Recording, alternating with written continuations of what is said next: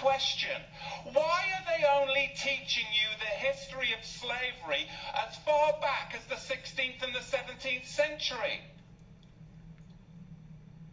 Why are they only going that far back?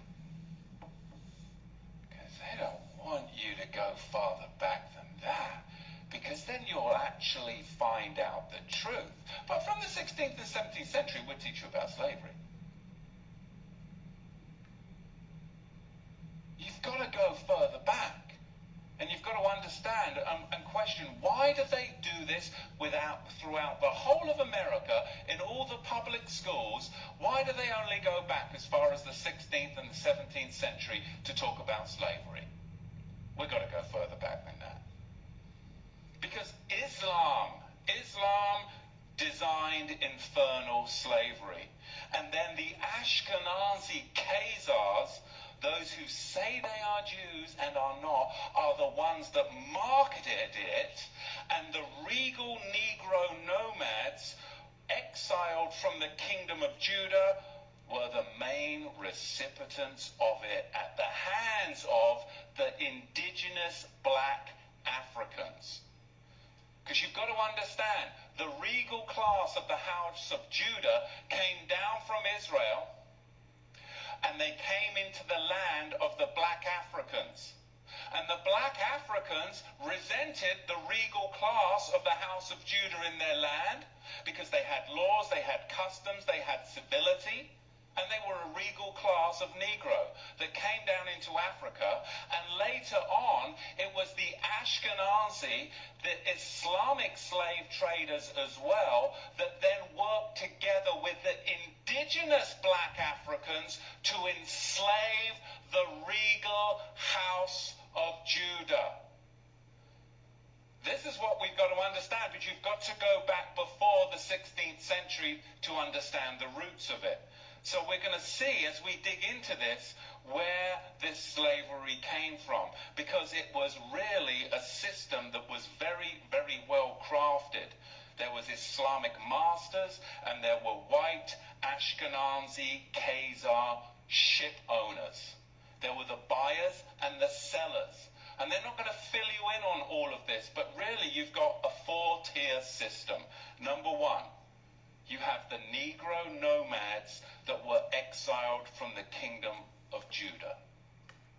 Number two, you had indigenous black African hunters that resented the regal Negro nomads that had come into their territory with their own customs, with their own laws that were different and would not assimilate into their tribal culture. They were their own tribe. They were the regal house of Judah. And number three, you had Islamic trappers that worked with the indigenous black Africans to trap the regal Negro house of Judah. And then you had them sell them to the Ashkenazi ship merchants, along with many Portuguese and British Ashkenazi. So again, we've got the four-tier system. Number one, we have the regal Negro nomadic class that are exiled from the kingdom of Judah. They are their own royal tribe in Africa. Then, number two, we have the native black African trackers. They're going to track them down. And number three, we have the Islamic trappers, because between 650 of the Common Era and 1900 of the Common Era, 10 to 20 million people were enslaved by the Arab slave traders. Over 20 million enslaved Africans were delivered through the Trans-Sahara route to the Islamic world. Can you get your head around that? That's not even touching the Americas. Over 80 million more blacks died at the hands of Islam en route. And number four, we have Ashkenazi Khazar Jewish ship merchants. And of course, the Portuguese and the British Ashkenazi were the main buyers. Islam and the Ashkenazi those that say that they are Jews and are not were the main sellers. Does that make sense? You've got to dig into this further. We have the two tiers right there. We have the Islamic trappers, and then we have the Ashkenazi ship merchants. You see, the Romans, they were globalist slavers. They were globalists then and now. They just migrated to Gaul, Ashkenazi, the sellers, and Britain, the British, of course, the buyers. German Jewry and British Jewry, where have they gone to? Well, they've descended upon Wall Street, upon Hollywood and Washington, D.C., as we see it right now, just to fuel this cataclysmic final war of globalism, which is none other than renaming colonialism. And this is the world that you and I live in. And I'm so sick and tired of these talking heads when it comes to the election time. Hey, that guy right there was completely on point with everything he said. But first and foremost, I'm going to give all praise, honor, and glory to Yahweh, Ba'ashem, Yahushua, Ba'ashem, Rakakwadash. Yahweh is who this world ignorantly calls God. Yahushua is who this world ignorantly calls Jesus. Ba'ashem means in the name. Rakah means spirit, and Kodash means holy. That's all in the Paleo Hebrew. I also need to give double honors to the elder bishops and apostles of Great Millstone that taught me this truth. And as you heard right there, everything he said was on point. And I always bring up that fact that there's a reason they only teach you about how the so-called natives, Latinos, and Negroes were slaves. They don't go back any farther, because then the truth would come out. So let's hit the scriptures. First, he was going into how the Arabs and Africans sold the Israelites to the Khazarian fake Jews, which is what you call these Edomites. Okay? So where is that written in the scriptures? Joel chapter 3 and verse 4. It says, Yea, and what have ye to do with me, O Tyre and Zidon, and all the coasts of Palestine? Will you render me a recompense? And if you recompense me swiftly and speedily, will I return your recompense upon your own head.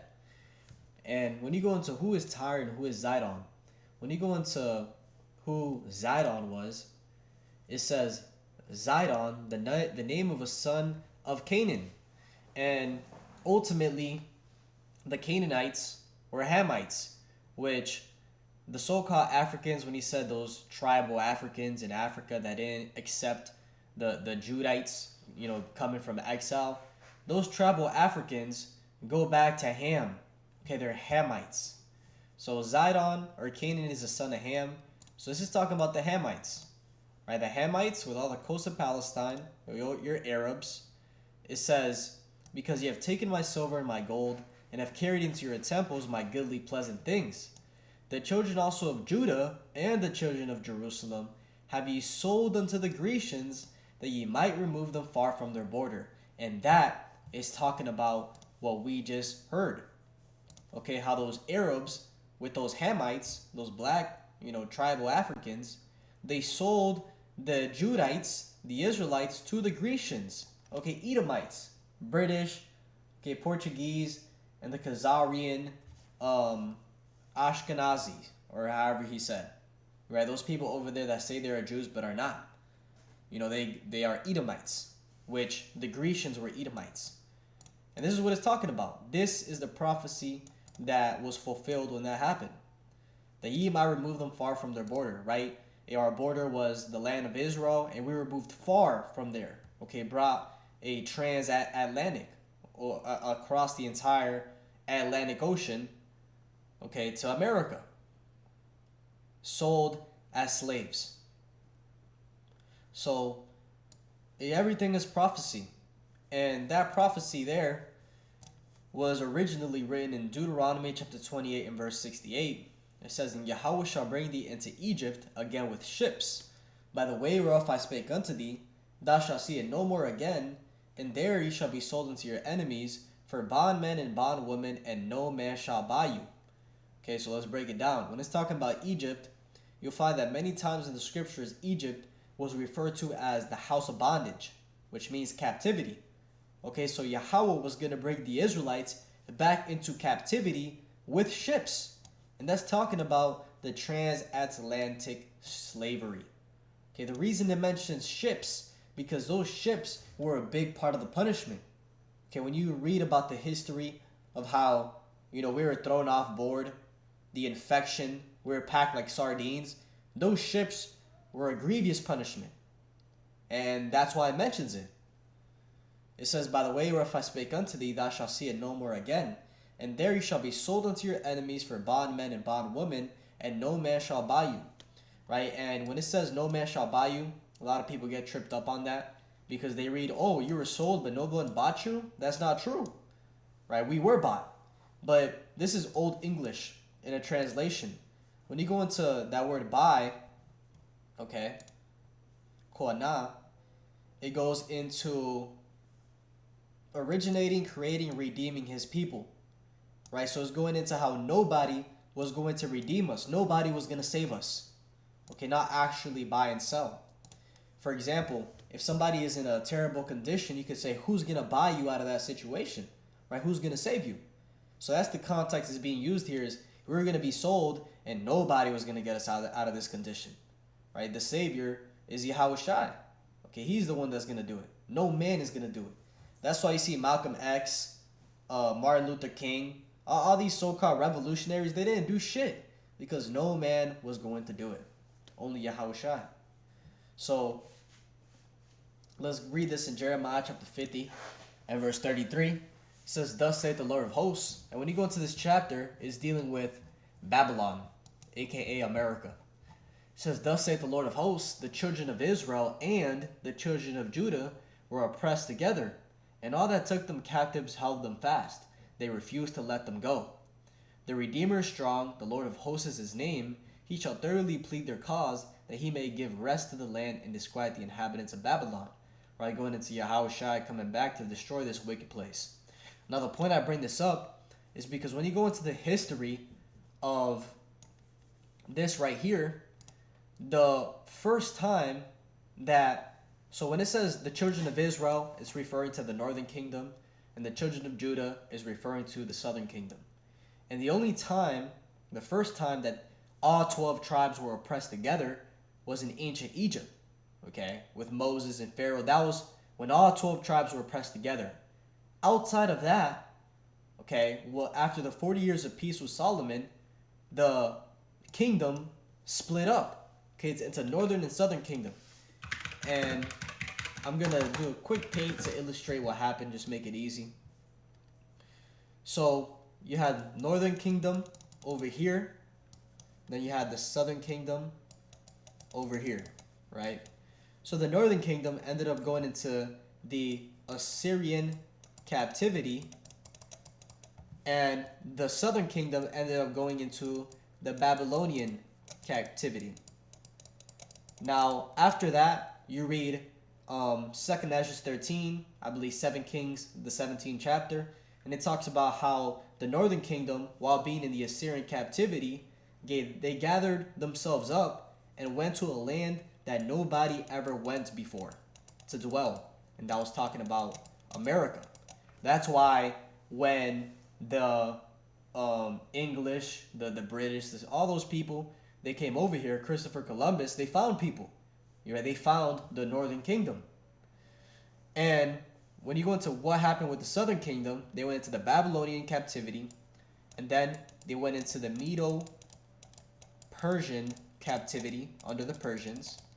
Then they went into the Greek captivity, and that's where you can read about the Hellenization, right? You read the Maccabees, it talks about how Antiochus Epiphanes made all the Israelites follow the way of the Greeks, and if we didn't follow his way, we would be put to death. And after the Greek captivity, the Roman captivity. Okay, and eventually, okay, we got scattered 70 AD when the temple got attacked by the Romans. Okay, we scattered, and a lot of that southern kingdom went into northern and western Africa. And from there is where you get what this guy was talking about, how we were gathered up by these so-called Africans, Hamites, so-called Arabs, Ishmaelites, and we were sold to the Grecians. We were sold to these Edomites. okay, and brought on those cargo slave ships. Which when you go into, as he said, the owners of those cargo slave ships were the people that today call themselves Jews. And that right there doesn't fit the prophecy.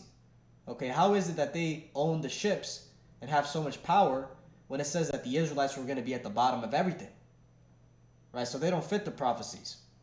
But the so-called Latinos, Negroes, and Native Americans do. So this is the history of what happened. And the reason I'm bringing this out is when, after Egypt, were all 12 tribes oppressed together?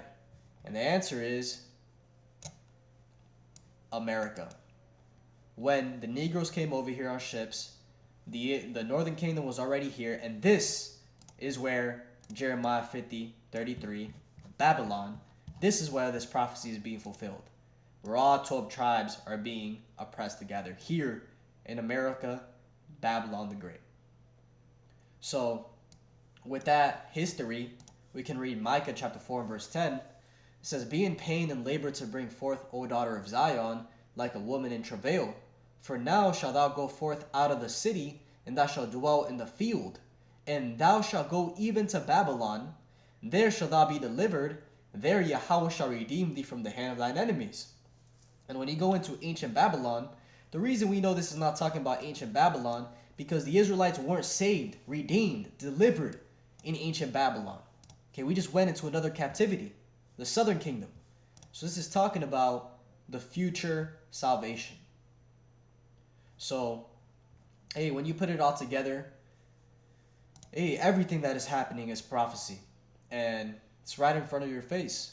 We always bring it out. Our people are so in that Stockholm syndrome that they won't believe us. But as soon as some guy like this pops up saying it, oh, now they believe.